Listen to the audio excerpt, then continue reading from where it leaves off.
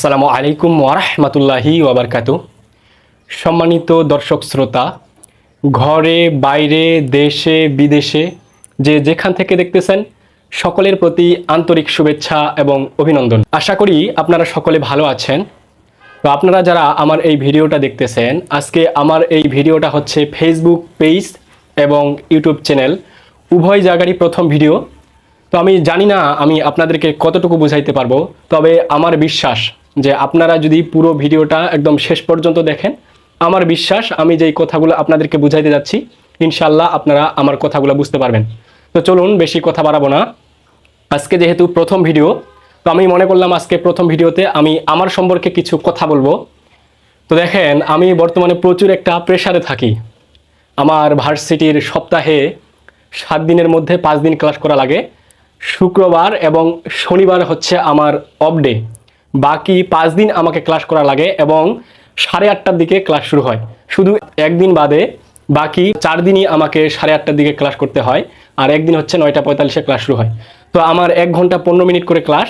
তো একদিন বৃষ্টি আসতেছে, তো বৃষ্টি আসলে আমরা যেগুলো করি আর কি, যারা স্কুলে পড়ে বা কলেজে পড়ে বা ভার্সিটিতে পড়ে, বৃষ্টি যেদিন আসে ওই দিন দেখা যায় যে ক্লাসে তেমন একটা স্টুডেন্ট অ্যাটেন্ড করে না।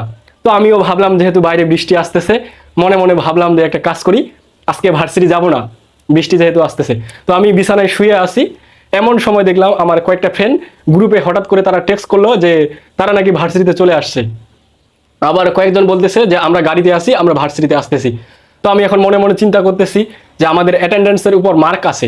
তো আমি মনে মনে ভাবলাম তাহলে আমিও যাই, শুয়ে না থাকে তাহলে ভার্সিটি যাই, যেহেতু অ্যাটেন্ডেন্সের উপর মার্ক আছে। তো আমি বের হইলাম, যেহেতু বৃষ্টি পড়তেছে অটো নিলাম, একটা অটো করে ভার্সিটি গেলাম। যাইতে যাইতে আবার কিছুটা ভিজেও গেলাম বৃষ্টির কারণে। তো ওইভাবেই ক্লাসে গেলাম, ক্লাসে অ্যাটেন্ড করলাম। তো ওই দিন আমার ক্লাস ছিল হচ্ছে 3টা। আরেকটা কথা বলি, খালা আমাদের আসে হচ্ছে দিনে একবার। তো তিনি একবার এসে 2 বারকার তরকারি রান্না করে, মনে করেন যে দুপুরের এবং রাতের 2 বারকার তরকারি একবারে রান্না করে ফেলে, আর দুপুরের ভাতটা রান্না করে দিয়ে তিনি চলে যায়। আর রাতে আমরা বিভিন্ন দিন আমরা তখন রাতে ভাত রান্না করি। তো আমি যেহেতু সকালবেলা দেরি করে উঠছি, যেদিন তাড়াতাড়ি উঠতে পারি ওই দিন ফজরের নামাজ পড়তে পারি, ফজরের নামাজ পড়লে ওই দিন একটু সময় পাই, কিছু পড়ালেখা করতে পারি, পড়ালেখা করে ভার্সিটি যাইতে পারি। আর যেই দিন আমি দেরি করে উঠি ওই দিন তাড়াহুড়ো করে না খায়, সকালবেলা তো রান্না হয় না, কোনোদিন হোটেলে খাওয়া লাগে, যেদিন সময় পাই না ওই দিন হোটেলে খাওয়া যায় না, হোটেলেও খাওয়া হয় না। তো আমি তাড়াতাড়ি করে উঠলাম, উঠে একদম ভার্সিটি চলে গেলাম, ভিজে ভিজে ওভাবে গেলাম, ভার্সিটিতে অ্যাটেন্ড করলাম। তো ওই দিন আমার ক্লাস ছিল 3টা, 1 ঘন্টা 15 মিনিট করে ক্লাস। তো আমার প্রথম ক্লাসটা ছিল 8:30 থেকে 9:45 পর্যন্ত, 1 ঘন্টা 15 মিনিট। পরবর্তী ক্লাসটা, দ্বিতীয় ক্লাসটা ছিল 9:45 থেকে 11টা পর্যন্ত। আর 3 নাম্বার ক্লাসটা, তৃতীয় ক্লাসটা ছিল হচ্ছে 11টা থেকে 12:15 পর্যন্ত। এই 3টা আমার ক্লাস। তো 12:15 ক্লাস শেষ হলো। তো আমি যেহেতু ওই দিন খাইতে পারি নাই, তাড়াহুড়ো করে উঠছি, উঠে বৃষ্টি ছিল, হোটেলও তেমন একটা খোলা ছিল না। তো তাড়াহুড়ো করে না খাই, ওই যে 12টা পর্যন্ত, 12:15 পর্যন্ত আমি না খাই, অতক্ষণ পর্যন্ত ক্লাস করলাম। তো ক্লাস শেষ হলো, ক্লাস শেষে একটু ক্যাম্পাসে আড্ডা দিয়ে আসলাম বাসায়। তো বাসায় এসে দেখি যেহেতু বৃষ্টি আসতেছে, খালা আসে নাই, রান্না হয় নাই। তো রান্না যে হয় নাই, এখন ভাবলাম যে একটা কাজ করি, তাহলে গোসল করি। গোসল করলাম, ফ্রেশ হইলাম, ফ্রেশ হয়ে বসে আসি, ভাবলাম যদি খালা আসে। তো দেখলাম যে 2টা বাজে গেল, খালার কোনো খবর নাই, খালা আসে নাই। 2টা বেজে গেল, খালা আসলো না।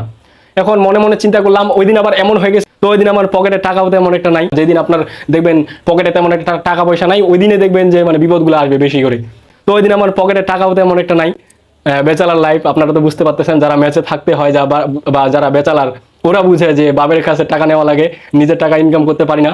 তো পকেটে টাকা পয়সাও ছিল না যে হোটেলে যে যাই নামে, বাসা থেকে নামে যে হোটেলে খাবো, এরকম পরিস্থিতি নাই। তো এখন ভাবলাম একটা কাজ করি, তাহলে আমি নিজেই ভাত বসাই দিই। তো 2টা বাজে গেছে, ওই 2টার সময় আমি ভাত বসাইলাম, গ্যাসের মধ্যে ভাত দিলাম, ভাতের সাথে কয়েকটা আলু দিলাম। ভাবলাম যে ভাত বসাবো, ভাতের সাথে আলু দিছি, আলু ভর্তা করবো আর হচ্ছে ডিম ভাজি করবো। তো আমার যে রুমমেট, ও হচ্ছে আবার ভার্সিটিতেই আছে, ও ভার্সিটি থেকে আসে নাই, ওর ক্লাস চলতেছে, ক্লাস শেষ হয় নাই। ওকে তখন আমি ফোন দিলাম যে বন্ধু দেখ, খালা আসে নাই, তুই একটা কাজ কর, আসার সময় ডিম নিয়ে আসিস। আর আমি হচ্ছে ভাত বসাইছি, ভাতের সাথে আলু দিছি। তো ভাত রান্না করলাম, ভাতের সাথে আলু দিছি, আলু ভর্তা করলাম। ও আবার ভার্সিটি থেকে বাসায় আসলো, ডিম নিয়ে আসলো, ডিম ভাজি করলাম।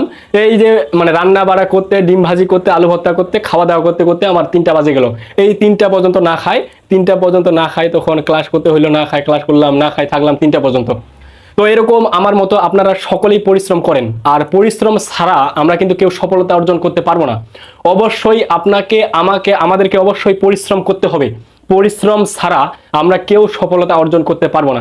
দুই একজন পৃথিবীতে ব্যতিক্রম থাকে। অনেকে দেখা যায় যে লটারির মাধ্যমে মানে বিভিন্নভাবে লটারি পায় বড়লোক হয়। যদিও আমাদের ইসলাম ধর্মে লটারিকে সাপোর্ট করে না, বা ইসলাম ধর্মে লটারি জায়েজ নাই, বা এটা হারাম। কারণ এই কারণেই হারাম, দেখেন আপনি এখন একটা 10 টাকা দিয়ে টিকিট কাটলেন বা 20 টাকা দিয়ে একটা টিকিট কাটলেন, তো টিকিট কেটে দেখা গেল যে আপনি একটা মোটরসাইকেল পাইলেন বা 10 লাখ টাকা পাইলেন, এখানে তো আপনার কোনো পরিশ্রম হইলো না। তো আমাদের ধর্মে এগুলা এক প্রকার ধরতে গেলে জুয়ার মতো, কারণ জুয়াতে কিন্তু কোনো প্রকার পরিশ্রম হয় না, পরিশ্রম ছাড়াই আপনার ইনকাম আসে। আর আমাদের ধর্মে, ইসলাম ধর্মে যেগুলা মানুষের পরিশ্রম করা হয় না, পরিশ্রম করা যায় না, যেমন যারা তাস খেলে, ওরা শুধু খেলে, এখানে কিন্তু পরিশ্রম নাই, কোনো পরিশ্রম করা লাগে না, এইগুলা কিন্তু আমাদের ধর্মে হারাম। যেমন জুয়া যারা খেলে, মনে করেন যে মোবাইলের মাধ্যমে অনেকে খেলে না, লুডো বা বিভিন্ন ভাবে যে খেলে, এগুলোও কিন্তু পরিশ্রম নাই, খালি জাস্ট খেলে। তারপর অনেকে দেখা যায় যে ক্রিকেট খেলার সময় কিন্তু মনে করেন যে ক্রিকেট খেলাটাতে যদি পরিশ্রম আসে, তারপর বাজেটে কিন্তু এটা হারাম হয়ে যায়। বাজেট যখন খেলে বা ফুটবল যখন খেলে, ফুটবলে কিন্তু পরিশ্রম আসে, দৌড়াদৌড়ি করা লাগে, কিন্তু তারপরও ওইখানে যদি বাজেটে খেলি, বাজেট যদি থাকে, তাহলে ওটা হারাম হয়ে যায়। তো এরকম যারা লটারির মাধ্যমে পায়, লটারির মাধ্যমে বড় লোক হয়, পরিশ্রম ছাড়াই বড় লোক হয়, এগুলা আসলে ইসলাম ধর্মে জায়েজ নাই। তারপর আমি বললাম আর কি যে অনেকে হয় পরিশ্রম ছাড়াই অনেকে বড় লোক হয়, এই জন্য আমি কথাটা বললাম জাস্ট। তো আমি যদি পরিশ্রম না করি, আমরা সফলতা অর্জন করতে পারবো না। আমি যদি আমরা সফলতা অর্জন করতে চাই, পরিশ্রমের কোনো বিকল্প নাই। তো আসেন, আমার থেকে পৃথিবীতে এমন মানুষ আছে যারা আমার থেকে বেশি পরিশ্রম করে, কেউ হয়তো বা আমার থেকে কম পরিশ্রম করে, কিন্তু পৃথিবীতে কিন্তু সকলেই কম বেশি পরিশ্রম করে। যারা দেখবেন রিক্সা চালায়, যারা মাঠে কাজ করে, যারা ভ্যান চালায়, যারা আপনার কৃষক, ওরা দেখবেন যে রাত দিন 24 ঘন্টা পরিশ্রম করে, মাথার ঘাম পায়ে ফেলে ইনকাম করে সংসার চালায়। এবং আমার থেকে অনেকে আছে যারা কম পরিশ্রম করে আমার থেকে এরকমও মানুষ আছে। আমি এত পরিশ্রম করলেও আমার তারপরও কোনো প্রকার দুঃখ নেই, কোনো প্রকার কষ্ট নেই। তার কারণ হচ্ছে আমার মা, আমার বাবা আমার জন্য যেটা কষ্ট করে, তারা আমার জন্য যতটা পরিশ্রম করে আমাকে প্রতিষ্ঠিত করার জন্য, আমাকে মানুষের মতো মানুষ করার জন্য, তারা যত কষ্ট করে, তারা যত পরিশ্রম করে, ওই পরিশ্রমের কাছে আমার এই পরিশ্রম অতি সামান্য, অতি নগণ্য। আমি মনে করি এটা আমার পরিশ্রমই না।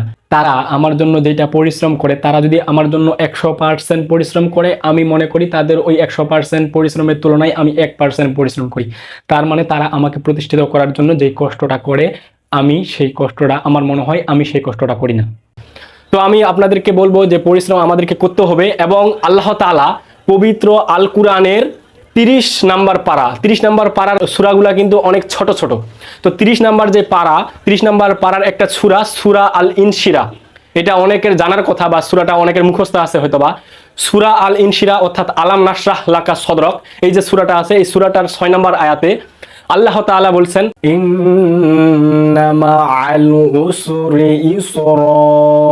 নিশ্চয়ই কষ্টের পরে রয়েছে স্বস্তি। অর্থাৎ আপনি যদি কষ্ট করেন, আপনার স্বস্তি রয়েছে, সফলতা রয়েছে। আপনি যদি বর্তমানে কষ্ট করেন, ভবিষ্যতে আপনি শান্তি পাবেন, ভবিষ্যতে আপনি সুখ ভোগ করতে পারবেন। আর এখন যদি আপনি হেলায় সময় নষ্ট করেন, হেলায় আপনি সময়টা পার করেন, দেখবেন যে ভবিষ্যতে আপনাকে কষ্ট করতে হবে। তো আল্লাহ তাআলা যে বলছে পবিত্র, আমি আবার যদি রিপিট করি আয়াতটা,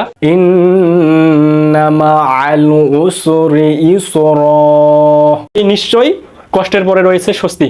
তো আপনাকে আমাকে কষ্ট অবশ্যই করতে হবে। তো আপনারা যারা এতক্ষণ পর্যন্ত ভিডিওটা দেখলেন, আমার বিশ্বাস যে আমার মতো হয়তোবা অনেকের মিলে যাইতে পারে, আমার সাথে অনেকের মিলে যাইতে পারে যে আপনারা যে পরিশ্রম করেন। তো সকলে ভালো থাকেন, সুস্থ থাকেন, বিদায় নিচ্ছি। আসসালামু আলাইকুম ওয়া রাহমাতুল্লাহি ওয়া বারাকাতুহু।